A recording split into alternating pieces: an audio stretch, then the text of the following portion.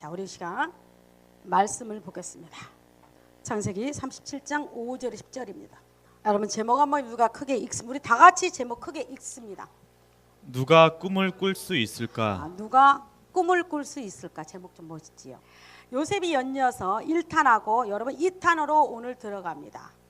요셉의 이 설교는 여러분 너무 많이 들어봤고 너무 많이 인터넷에 목사님들 사용하는 구절이 바로 오늘 이 보는 본문의 구절입니다. 하나님은 어떻게 우리에게 은혜를 줄까? 여러분 하나님을 기대해 봅니다. 우리 기도합니다. 우리를 사랑하시고 우리를 축복하시고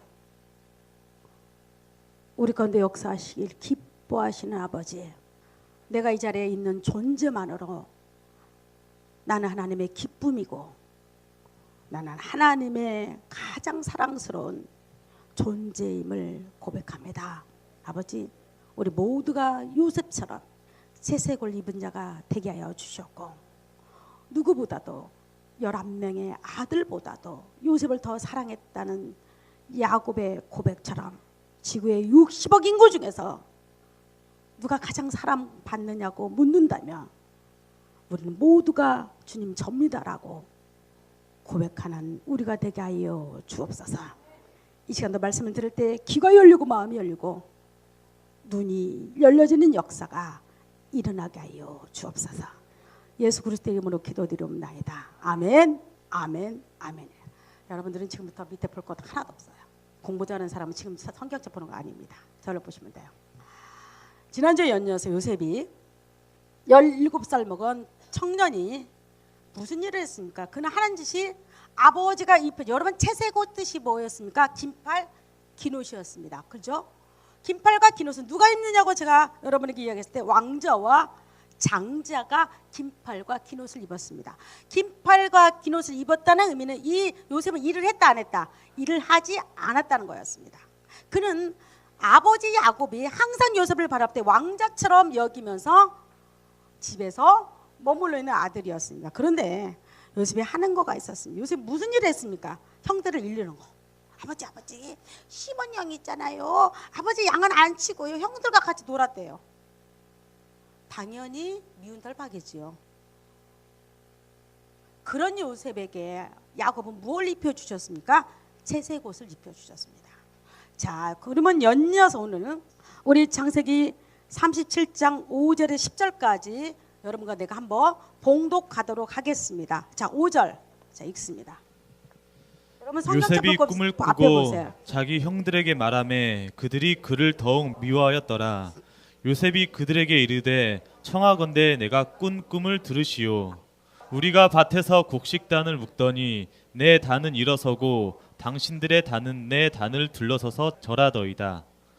그의 형들이 그에게 이르되 내가 참으로 우리의 왕이 되겠느냐, 참으로 우리를 다스리게 되겠느냐 하고 그의 꿈과 그의 말로 말미암아 그를 더욱 미워하더니 요셉이 다시 꿈을 꾸고 그의 형들에게 말하여 이르되 내가 또 꿈을 꾼즉 해와 달과 11별이 내게 절하더이다 하니라.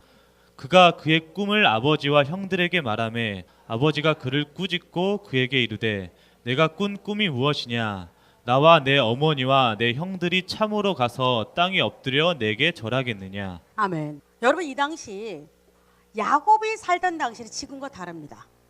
이 당시를 말하기로 족장 시대입니다. 쉽게 말하면 야곱이 왕 같은 권세를 가졌습니다. 아들들에게. 그리고 야곱이 가졌던 권세는 어떤 권세였냐면 야곱이 기도하면 야곱이 안수하면 그대로 이루어졌습니다. 왜 그랬을까요? 하나님은 분명히 아브라함과 누굽니까? 이삭과 야곱을 통해서 축복이 이어지라고 약속했습니다. 야곱이 요셉을 축복하니까 요셉이 채색옷을 입었고 그는 누구보다도 사랑받는 존재가 되었습니다. 자, 그런데 지금 여러분 요셉이 지금 몇 살입니까? 17살이에요. 17살 청년이 지금 아버지한테 하도 형들을 잃으니까 형들이 미워가지고 쳐다를 보지 않습니다. 왕따였죠. 왕따. 쉽게 말하면. 근데 요셉은 자기가 왕따 있는 것을 알았다. 몰랐다. 몰랐어요. 철부지였었어요. 요셉이 쉽게 말하면. 근데 그가 지금 그 요셉이 지금 꿈을 꿨다고 형들에게 자랑하는 겁니다. 무슨 꿈을 꿨습니까? 형, 내가 보니까 내가 꿈을 꿨는데 말이야. 11달의 곡식이 나한테 절을 했거든. 듣던 말이 여러분 기분 좋습니까? 여러분 기분 좋아요? 아니 이제 조그마한 동생, 여러분 요셉은 나이가 형들에 굉장히 어렸어요. 왜? 노년에 얻은 아들이 요셉이었거든요. 그 형들은 10명의 형들은 나이가 참 많았습니다. 그런데 나이가 훨씬 많은 그 형한테, 여러분 나와 같은 나이에 누구지? 초록이 같은 게 조그마한 것이 목사님 있잖아요. 저한테 절을 해요. 그럼 속으로 이 건방 이거 봐라. 아주 많이 컸네. 이러죠. 저는 이제 제가 고상하고 인격이 많아서 아주 이렇게 못 오죠. 근데 요셉의 형들은 노골적으로 요셉을 갖다가 아주 구박하고 조롱하고 핍박했습니다. 야, 네가 말해 우리 왕이 될 거야? 그럼 우리가 진짜로 너한테 절한다는 거야? 네가 우리 다스리는 사람 될 거야? 여러분 그게 무슨 말일까요? 그 당시는 족장 시대라 아버지의 권한은 큰아들에게 대부분 갔습니다. 루벤이죠. 그 집에 장자가 어찌됐든 간에. 그리고 그 외에 10형은 요셉에게 만약에 그런 말을 했으니까 하극상이 벌어집니다. 절대 이런 말 해서는 안 됩니다. 아버지의 권위에 마치 도전하는 겁니다. 그러자 이제 요셉이 그걸로도 족하지 못합니다. 또 한번 꿈을 꿉니다. 어떤 꿈을 꿉니까? 아버지 있잖아요. 이제는 아빠와 엄마와 자기 엄마는 이미, 라헬은 베냐민을 낳을 때 어머니는 이미 돌아가셨습니다. 그렇지만 요셉에게는 새 어머니가 또 있었습니다. 대단하죠. 새 어머니가 있었습니다. 새 어머니와 더불어서 누굽니까? 아버지와 11명이죠. 자기 동생 쫙 있는데 요셉이 폭탄을 터뜨립니다. 무슨 폭탄을 터뜨리죠? 있잖아요. 제가 보니까 아마 저 그랬을 것 같아요. 요셉이, 여러분 상상 한번 해보십시오. 요셉이 어떤 모습이야? 이랬을까? 아버지 있잖아요. 이렇게는 안 했을 것 같아요. 거들먹거리면서 내가 보니까 아버지 내가 꿈을 꿨어요. 해, 달, 별들이 저한테 절을 하더라니까요. 여러분 해, 달은 누구를 상징하죠? 아버지와 어머니를 상징했습니다. 별은 누굽니까?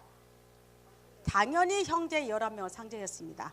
바보들도 다 알아듣습니다. 그 소리를. 그러니까 누가 이제는 야곱까지? 그러면 내가 너한테 절을 하랴? 상황이 이렇게 흘러갑니다. 오늘 본문은 이렇게 지금 흘러가고 있습니다. 여러분 요셉이 실제로 그는 꿈을 꿀 수 없는 자였습니다. 왜? 그는 11번째 아들이었고 요셉은 그는 어느 모양을 보든 간에 그가 아버지와 그 어머니가 그한테 절을 할 만한 그 인격이나 지금 봐서는 어떤 환경적으로 전혀 이루어지지 않는 말을 지금 하고 있는 겁니다. 그리고 감히 아버지 그 아들 11번째 아들한테 절을 한다고요.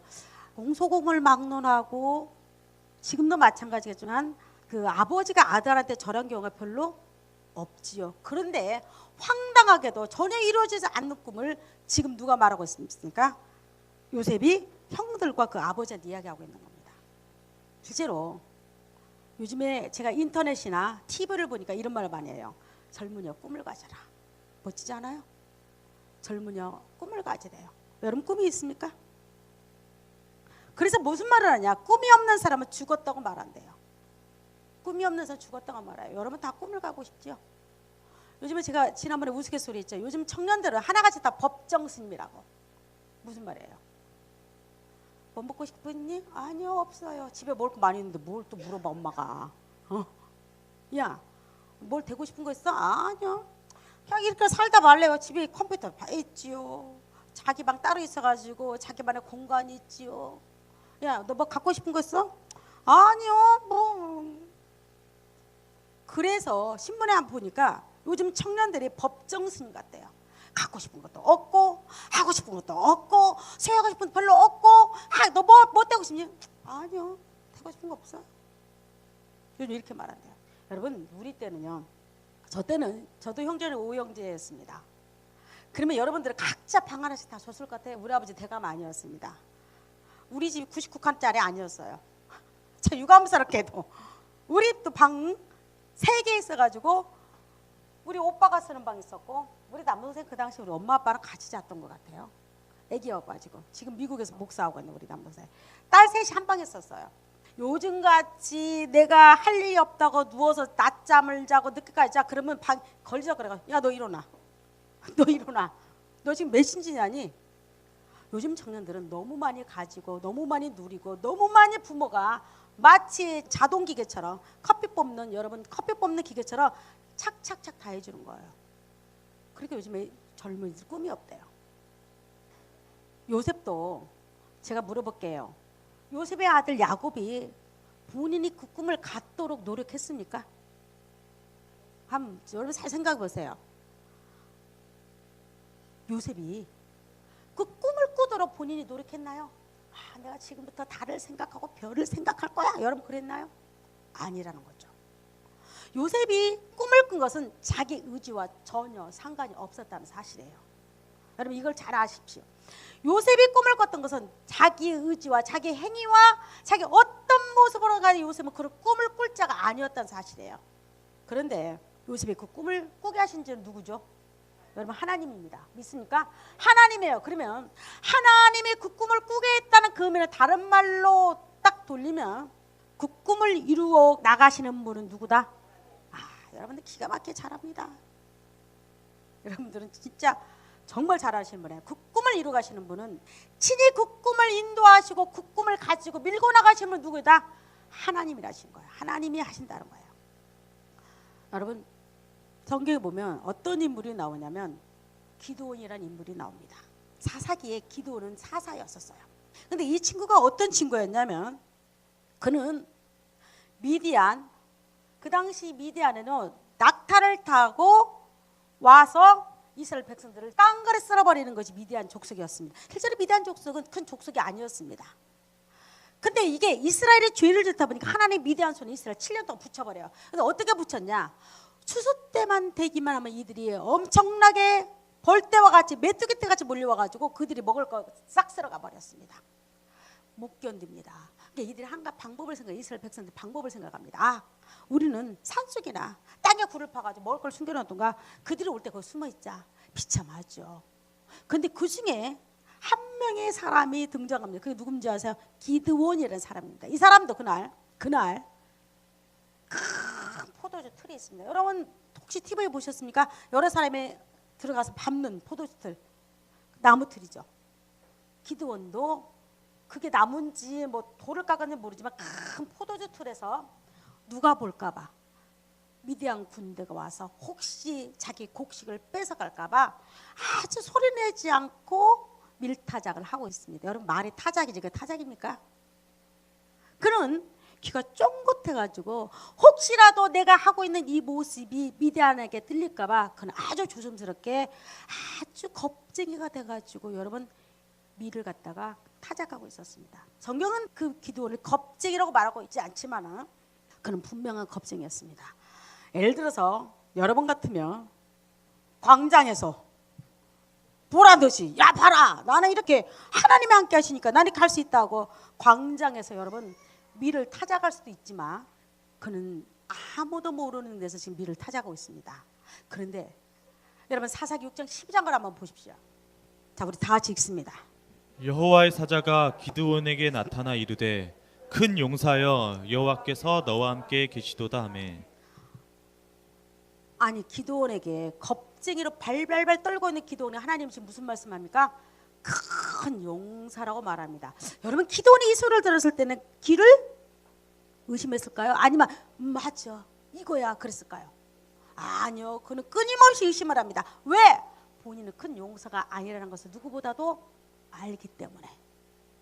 여러분 그러면서 이런 말을 하면 여호와께서 너와 함께 계시도다. 큰 용사라는 의미는 무엇입니까? 여호와가 너와 함께 한다는 거죠. 기드온은 이 말을 할 때 자기를 의심했을 겁니다. 나는 분명히 미디안 군대가 무서워서 숨어서 밀타작을 하고 있는데 어찌된 일이냐 하나님의 자기에게 나타나가지고 기드온아 너는 큰 용사라고 말을 합니다. 여러분 기드온이 큰 용사 될 자격이 있었습니까? 제가 또 물어볼게요. 기드온이 용사 될 자격이 있었습니까? 아니요. 기드온은 큰 용사가 아니라 작은 용사조차도 될 수 없는 자였습니다. 하나님이 기드온을 이스라엘 사사로 뽑지요. 큰 용사로 만드는 과정이 나옵니다. 누가 직접 인도하죠? 하나님이 그를 끌어갑니다. 누구처럼? 요셉처럼. 결국에는 기도를 통해서 여러분 이스라엘 나라가 다시 회복되는 역사가 일어납니다. 제가 또 한 사람의 일을 한번 들어볼까요? 그럼 바울 한번 우리 볼까요? 바울은 그는 누가 뭐래도 이스라엘의 유대교의 큰 자였습니다. 여러분 잘 알죠? 그의 학벌과 그의 문벌과 그가 가졌던 지식은 누구도 따라갈 수가 없었습니다. 그랬던 그가 힘을 내서 하는 일이 있었습니다. 예수 믿는 자를 잡아 죽이려고 작정을 합니다. 얼마나 그가 열심히 했는지 그에게는 제가 007처럼 살인면허증이 있었습니다. 누가 줬습니까? 대제사장이 줬습니다. 여러분 그게 대제사장인 바울을 불렀든지 바울을 찾아가서 달라고 했던지 대단한 바울은 그만큼 대단한 사람이었습니다. 그는 자기가 가졌던 소망과 자기가 가졌던 것이 무엇이냐면 나는 하나님을 열심히 위해서 하나님의 유대교를 위해서 누구를 싹쓸이하겠다. 예수 믿는 자를 다 죽이겠다고 작정을 합니다. 첫 번째 죽였던 사람이 누구였습니까? 스데반이었어요. 그리고는 말하기를 잘 죽었다고 그는 그렇게 말을 합니다. 그랬던 그가 그때 그가 그렇게 열심히 썼고 하나님에서 그렇게 충성하기로 작정될 때는 하나님이 그에게 여러분 그의 꿈을 이룰 수가 없는 자였습니다. 그런 꿈이 그가 갖기를 유대교를 위해서 열심히 일할 때 자기 모든 것이 이루어진 줄 알았습니다. 그러하기에 살인면허증을 갖고 사람이 자기 앞에서 죽는데도 불구하고 이렇게 말합니다. 잘 죽었다고 말을 합니다. 바울은 내 힘과 내 의지가 있을 때는 하나님께서 그에게 미안하지만 하나님 보이지 않았습니다. 여러분 요셉이 하나님이 주신 꿈을 가졌습니다. 이거는 하나님이 주신 꿈이었어요. 우리는 분명히 알아야 합니다. 내가 꾼 꿈이 아니에요. 세상 사람들은 내가 가진 꿈이 있다고 말을 합니다. 그러나 여러분과 나는 하나님이 주시는 꿈이 있어야 합니다. 이게 무슨 말인지 아십니까? 우리 교회 다니는 청년들 내가 꿈을 가지는데 보면 다 하나가 들어보면 자기 욕심과 자기 정욕과 자기 자랑이에요. 근데 분명한 것은 하나님이 주시는 꿈이 있습니다. 여러분 하나님이 여러분 주신 꿈이 있습니까? 요셉의 꿈은 하나님의 나라를 이루기 위한 꿈이었어요. 쉽게 말하면 하나님의 구속사적 하나님의 나라를 이루기 위해서 요셉을 사용한 거였어요. 여러분 믿습니까? 그러면 오늘날에도 하나님은 반드시 자기 나라를 이루기 위해서 자기 꿈을 주시는 자가 있습니다. 여러분 있습니까? 자기 꿈을 주시고자 하는 자가 있어요. 여러분 그 꿈을 받고 싶지 않나요?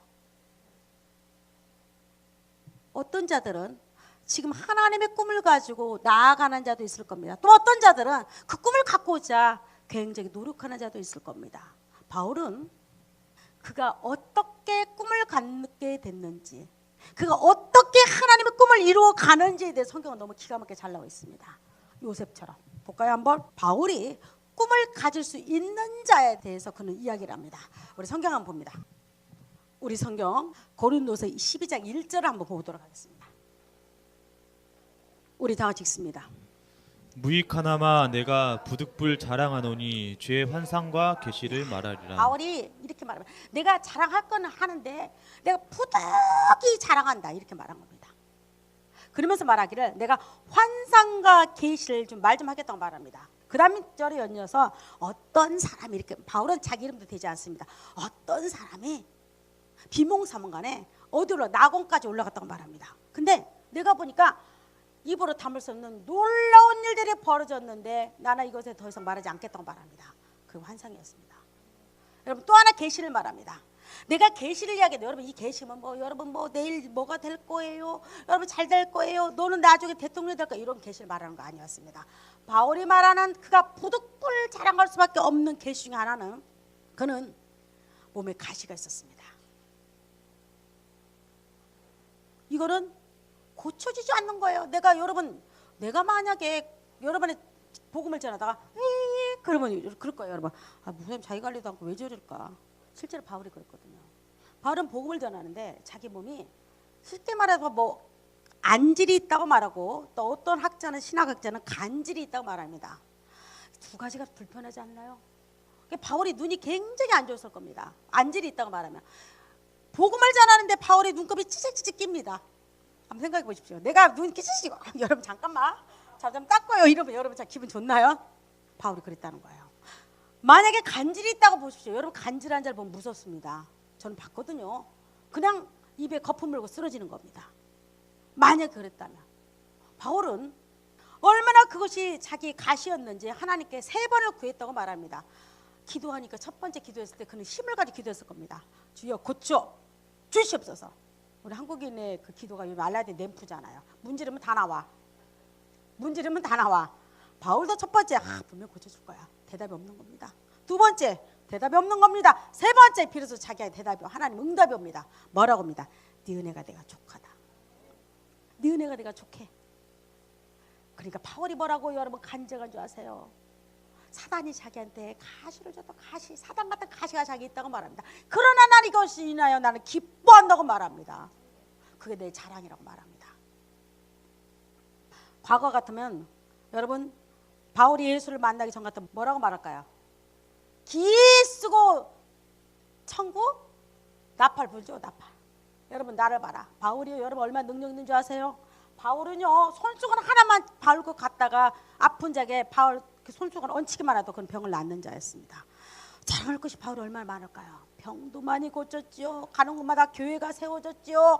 가는 곳마다 이방 사람들이 바울을 말하기를 여러분 어느 도시를 가니까 바울을 뭐라고 말해? 헤메스스 제우스 신처럼 받들었습니다. 가는 곳마다 기적이 납니다. 생전 못 보던 일이 바울을 통해 일어납니다. 그런데 바울은 말합니다. 나는 그런 거 자랑하지 않겠다고 말합니다. 내가 자랑한 것은 나의 가장 약한 거라고 말합니다. 여러분 성경을 또 한번 보십시오. 고린도후서 12장 10절입니까? 한번 보십시오. 5절입니까? 우리 다 같이 읽습니다. 내가 이런 사람을 위하여 자랑하겠으나 나를 위하여는 약한 것들 외에 자랑하지 이게 아니하리라. 참 기독교는 참 못마땅할 겁니다. 왜? 바울은 자랑할 것이 얼마나 많았나요? 그 학벌 기가 막혔습니다. 오늘 서울대학교 대학원 나왔습니다. 그 가문 그는 로마의 시민권을 가져 오늘날에서 그는 태어나자마자 미국의 시민권을 가진 자였습니다. 우리나라도 신문을 보니까 중국이 난리라고 돼요. 임신하고 부자는 다 미국으로 갑니다. 왜요? 아이들에게 미국 시민권을 주기. 미국이 최고의 아직까지는 세계를 잡고 있잖아요. 미국의 시민권을 받기 위해서 임신은 하면 날 되면 미국에 가가지고 아이를 낳습니다. 미국이 난리 났대요. 그리고 돌아갑니다.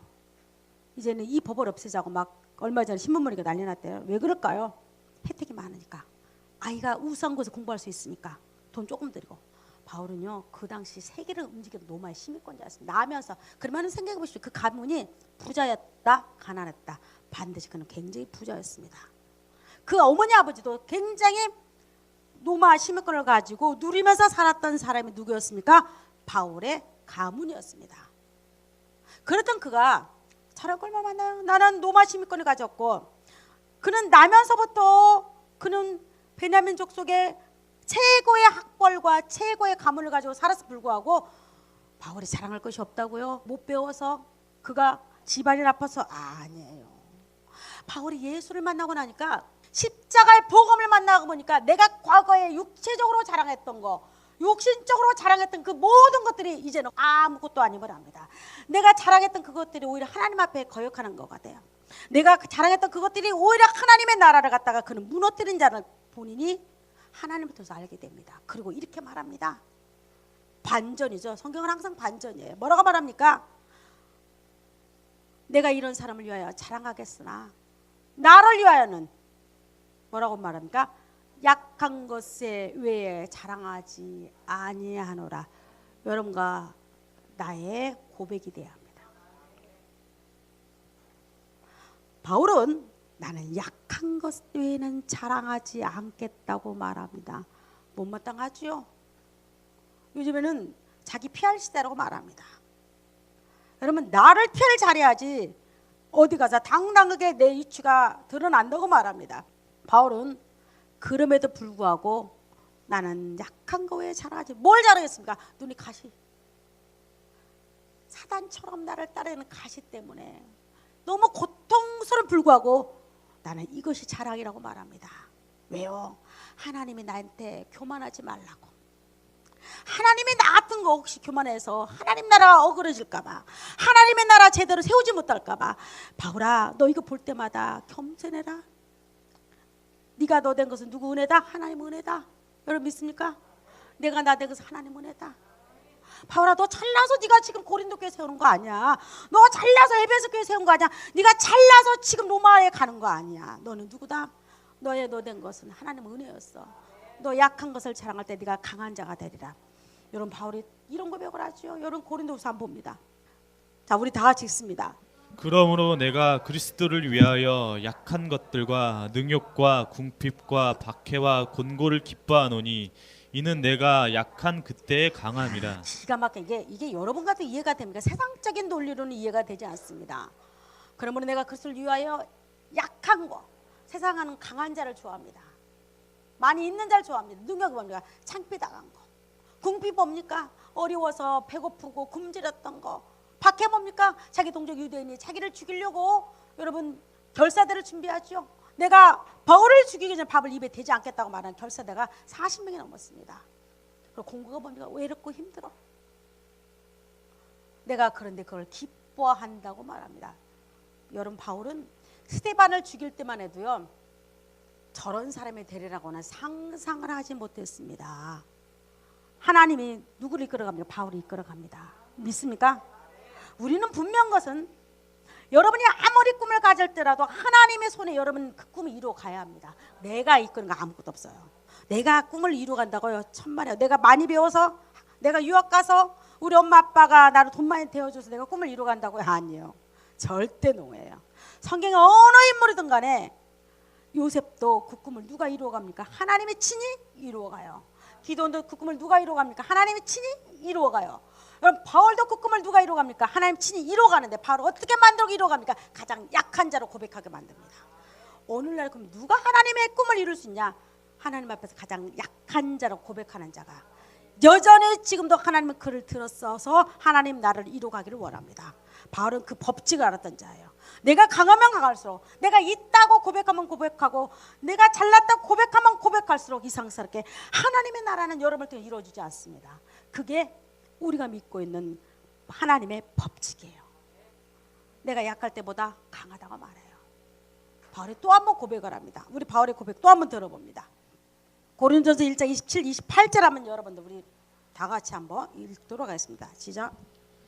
그러나 하나님께서 세상의 미련한 것들을 택하사 지혜 있는 자들을 부끄럽게 하려 하시고 세상의 약한 것들을 택하사 강한 것들을 부끄럽게 하려 하시며 하나님께서 세상의 천한 것들과 멸실받는 것들과 없는 것들을 택하사 있는 것들을 폐하려 하시나니. 바울이요 고린도 교인들에게 간증문이죠. 여러분 바울의 13편지서는요 바울의 믿음의 고백이에요. 믿습니까? 바울의 믿음의 고백입니다. 바울이 뭐라고 간증한 거 볼까요? 고린도 교인들에게 그러나 하나님께 세상에 미련한 것, 과거에는 바울이 자기가 미련하다 생각했을까요?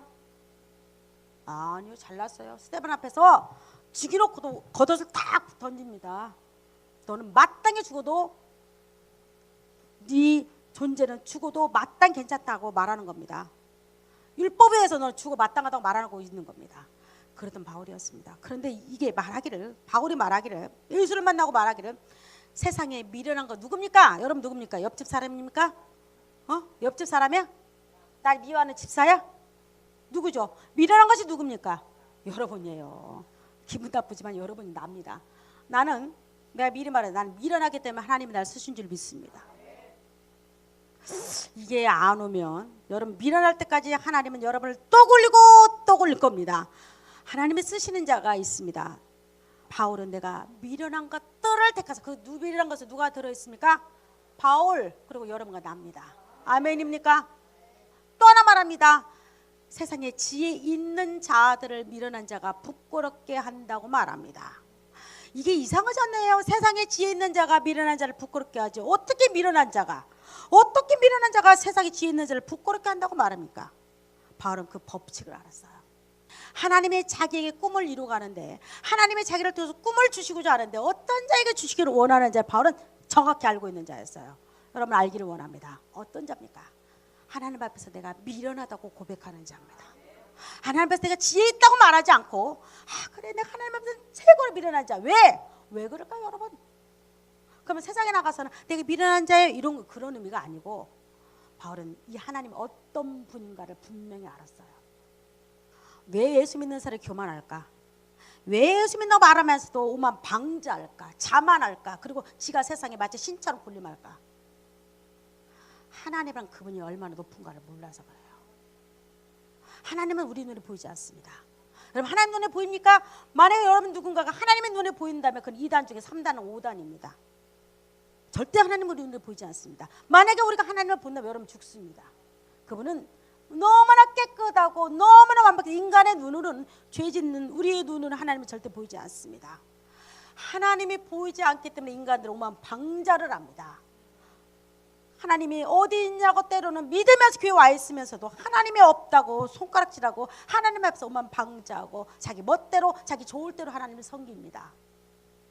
그래서 하나님 앞에서 밀어내기를 원치 않아요.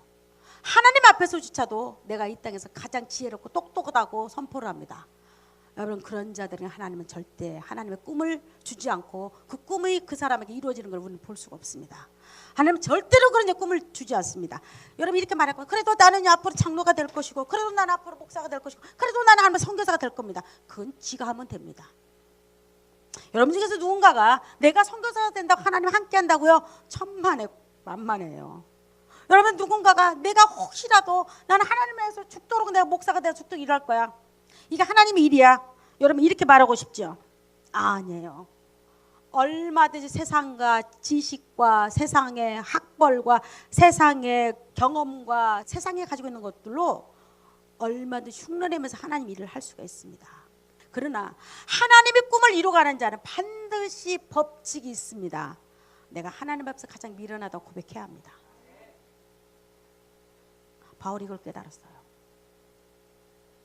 또 하나가 있습니다. 바울이 또 하나가 약한 거, 바울이 그래서 내가 약한 거에 대해 자랑하지 않겠다고 말했는데, 바울은 굉장히 강한 자였죠. 말할 필요 없이 강한 자였습니다.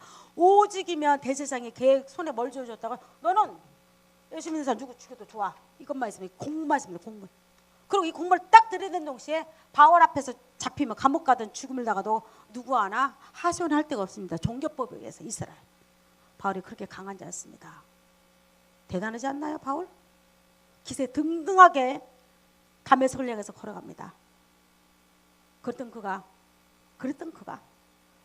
정말로 그 심장 가운데 예수를 만나고 나서 그는 이렇게 고백을 합니다. 난 약하다고 말합니다. 여러분, 약합니까? 하나님 앞에서는 누구보다도 먼지보다 못한 존재를 고백해야 합니다. 세상은 내가 대통령이라 할지라도, 세상에 내가 유엔 총장이라 할지라도, 내가 세상에 돈이 너무너무 많아서 세상에 반절이 내 거라 할지라도, 우리는 이 땅을 창조한 전능자 앞에서 여러분 뭐라고 고백해야 합니까? 하나님, 나는 먼지보다 못한 존재입니다. 욥기에 보면 빌닷이 그랬죠. 하나님, 우리 인생은 구더기와 같다고 고백을 합니다. 나는 시들어가는 풀과 같다고 말합니다. 그게 우리 인간이라는 거예요. 바울은 알았죠. 하나님이 얼마나 위대하시고 그분이 말씀하시면, 하나님이 한번 말씀하시면 세상의 천지가 개벽이 되고 천지가 창조를 이루어요. 여러분 믿습니까? 하나님은 어떤 분이냐? 하나님은 어떤 분이냐? 하나님이 나 한번 딱 찍으면 이제 끝장나요. 끝내줍니다. 여러분, 하나님한테 딱 지키기를 원합니다. 세상에 지키지 말고 하나님한테 딱 지켜야 합니다. 누구처럼? 야곱이 요새를 딱 찍은 것처럼. 누구처럼? 하나님의 기도원을 딱 찍으니까 기도원이 번득이서 하나님 나 그거 못 믿겠는데요, 양털을 갖다 적게 해주세요, 양털 밑에를 적게 해주세요, 여러 번 하나님 시험합니다. 그럼에도 불구하고 하나님은 그 주인공을 바꾸지 않습니다. 참 하나님 놀라운 법칙이 있습니다. 하나님은 한번 딱 찍어서 하나님의 나라를 이루고자 하고 작정할 때는요, 내가 실수하고 넘어지고 또한 하나님 앞에서 내가 때로 약한 모습을 보인다 할지라도 하나님은 절대 주인공을 바꾸지 않습니다. 이게 기가 막힌 하나님의 멋진 하나님의 은혜입니다.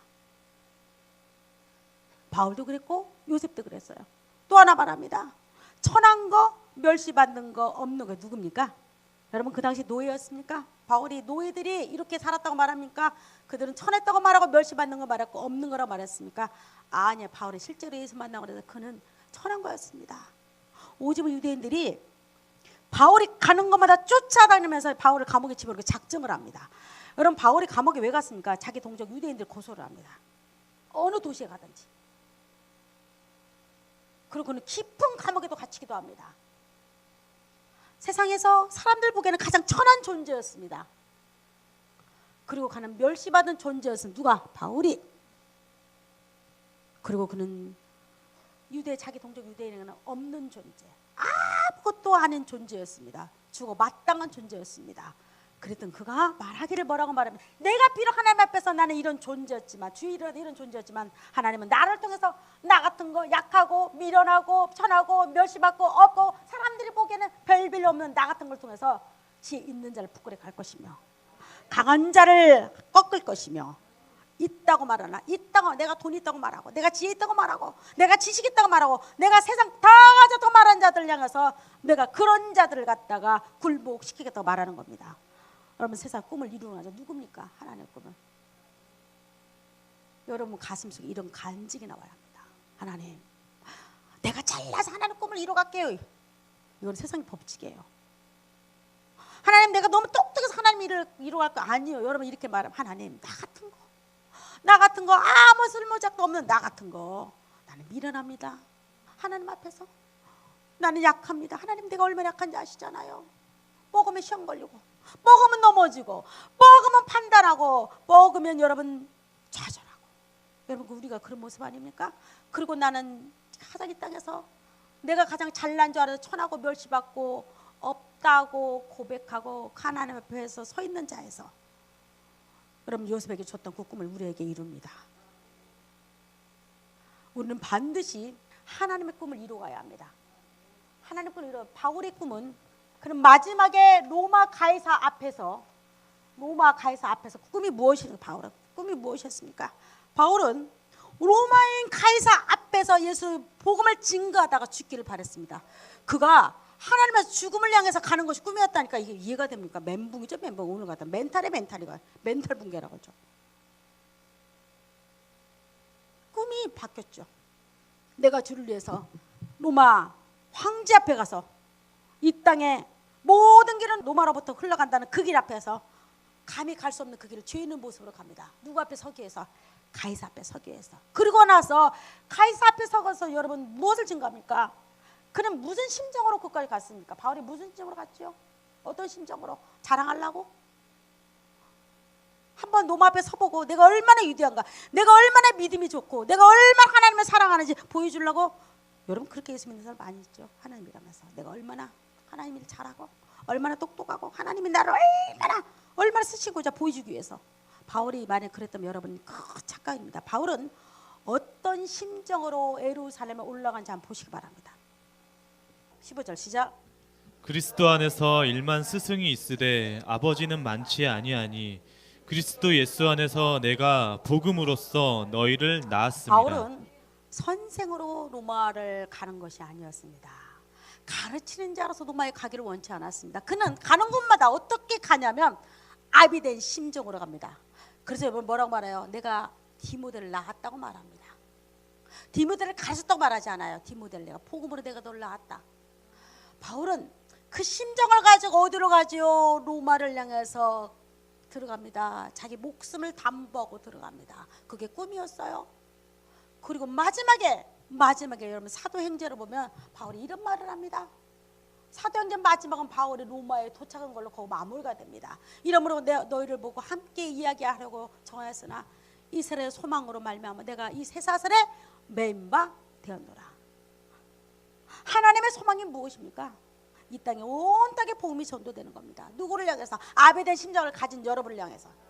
오늘 누가 사용되냐? 여러분 누가 사용되냐? 하나님의 꿈을 누가 이루냐?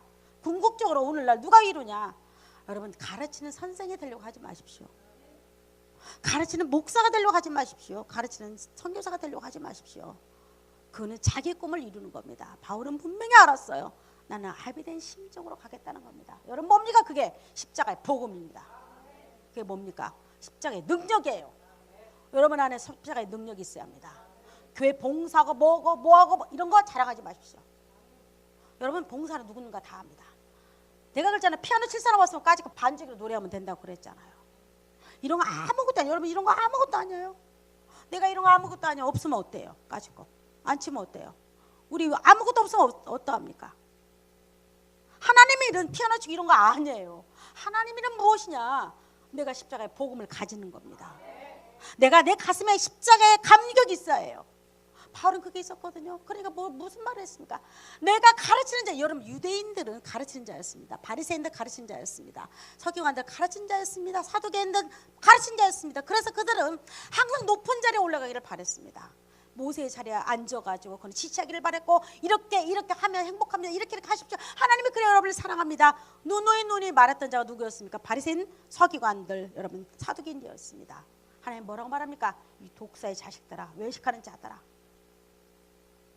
오늘날에도 하나님의 일은 누가 마지막에 하나님이라 할 것이냐, 누가 이 땅에 복음하러 이 땅을 죽어가는 저들에게 누가 하나님의 말씀을 증거할 것이냐. 죽었다가 까딱 살아나서 내가 그 간증으로요, 여러분 불교에 죽었다 까딱 살아난 사람이 있습니다. 참 미안합니다.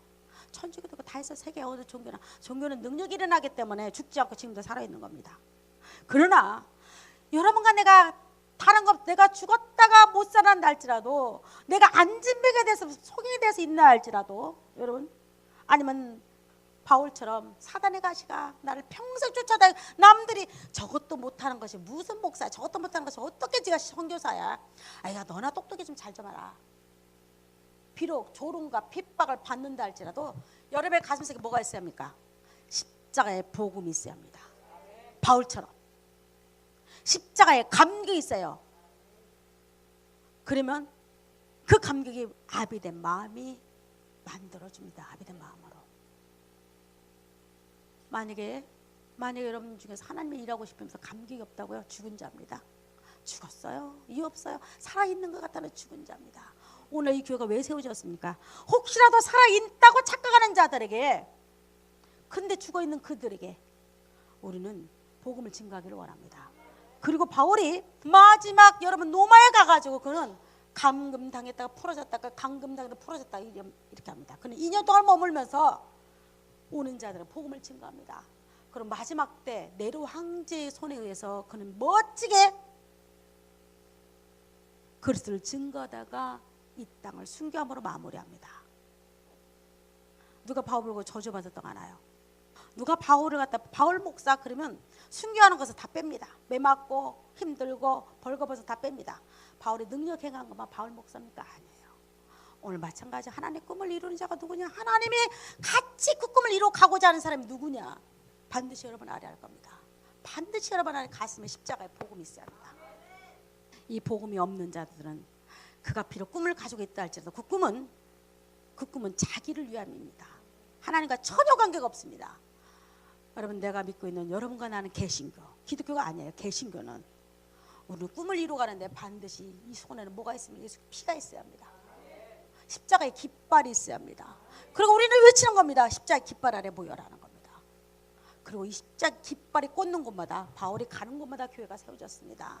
가는 곳마다 기적이 났습니다. 가는 곳마다 하나님 나라가 이루어졌습니다. 여러분, 우리 청년들 그런 청년 돼야 합니다. 멋진 청년. 신학교 나와서 목사 되고 신학교 나와서 선교사 되고 신학교 나와서 장로 이런 것은요 우리끼리 말하고 우리끼리.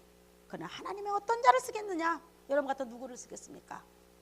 자기 아들 예수 그리스도 피가 가슴에 있고 예수 심장이 된 자. 바울이 그랬죠. 빌립보서 1장 8절에 내가 예수 심장을 가지고 하나님의 어떻게 내 증인이 된가 보라고 말합니다. 여러분 예수 심장 가졌습니까? 여러분 예수 심장 가졌습니까? 우리는 가졌어요. 나는 예수 심장으로 바뀌었습니다.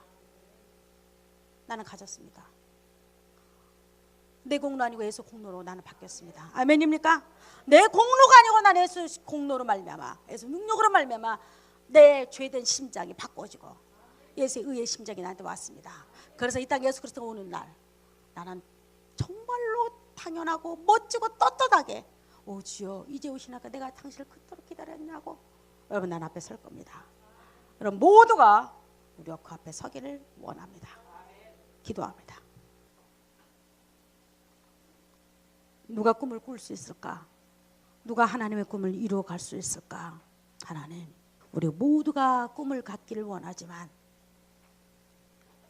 내가 살아있고 내가 잘났고 내가 똑똑하고 내가 능력 있고 내가 지혜 있다고 말할 때는 하나님은 그 사람을 통해서 꿈을 이루지 않은 걸 압니다.